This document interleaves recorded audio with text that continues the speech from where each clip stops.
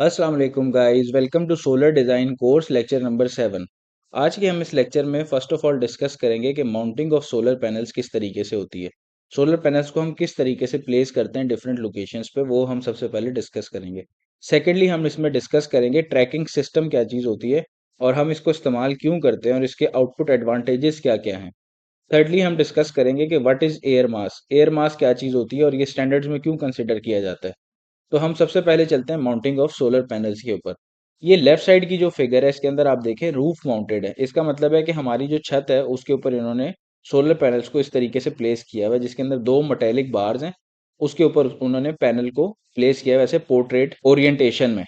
तो इस तरीके से यहाँ पर पैनल्स को प्लेस किया गया। राइट साइड पे अगर आप देखें तो ये पोल माउंटेड है। पोल माउंटेड में ये हमारे पास एक पोल का स्ट्रक्चर होता है कंप्लीट और इसमें सिविल वर्क्स हुए हुए होते हैं। उसके साथ हमारे पास ये सोलर पैनल जैसे प्लेस्ड हुए हुए होते हैं।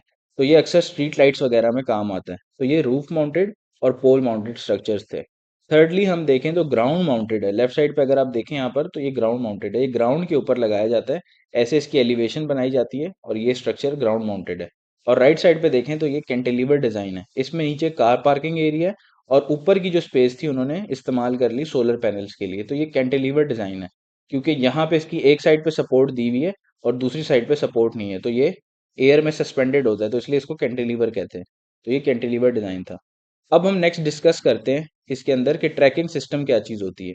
तो देखें, सबसे पहले अगर मैं फॉर एग्जांपल कोई भी सिस्टम को फिक्स्ड कर दूं, जिस तरह फिगर ए में ऊपर वाली फिगर अगर आप देखें फिक्स सोलर फोटोवोल्टिक को अगर मैं देखूं तो ये पैनल्स यहाँ पर हमने फिक्स कर दी और इसकी बेस जो है वो पूरी फिक्स्ड है। अब सन ईस्ट से निकलता है और वो कभी नून में चला जाता है फिर वेस्ट के करीब हो जाता है।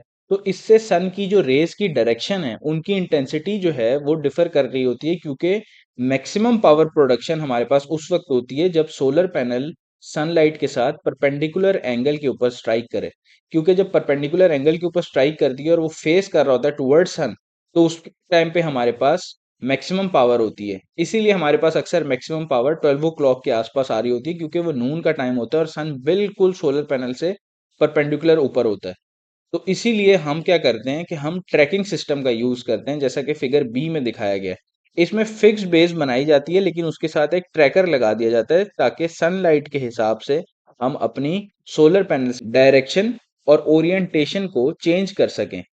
और ये आइडिया इंस्पायर किया गया है सनफ्लावर के ऊपर से, क्योंकि सनफ्लावर भी अपने डायरेक्शन को चेंज करता है सनलाइट के हिसाब से। तो इसी तरह पैनल्स को भी डिजाइन किया गया है।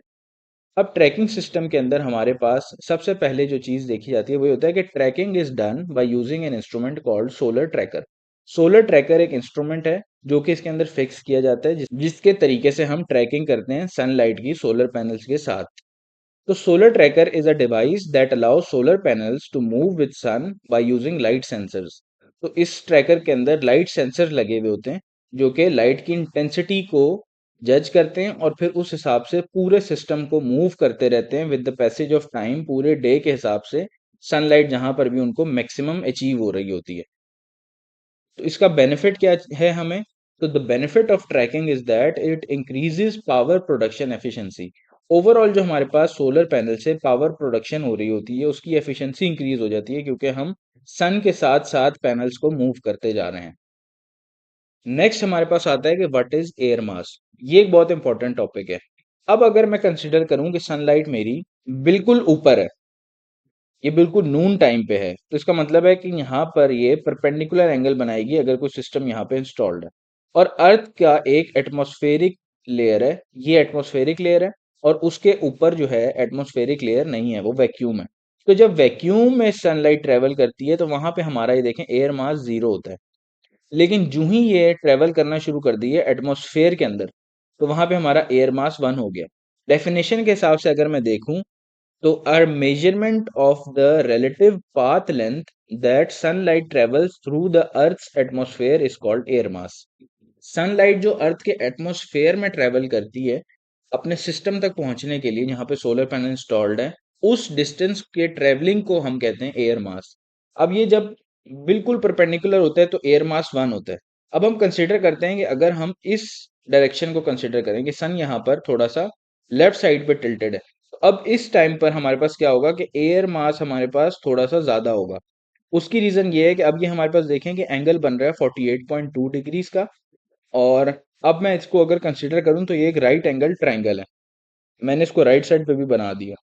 राइट एंगल ट्रायंगल में हमारे पास एंगल 48.2 डिग्रीज है, और ये जो इसकी स्ट्रेट लेंथ है वर्टिकल, इसको मैंने एक्स कंसिडर कर लिया। और ये जो इसकी टिल्टेड लेंथ है जो हाइपोटेन्यूज है, इसको मैंने वाई कंसिडर कर लिया।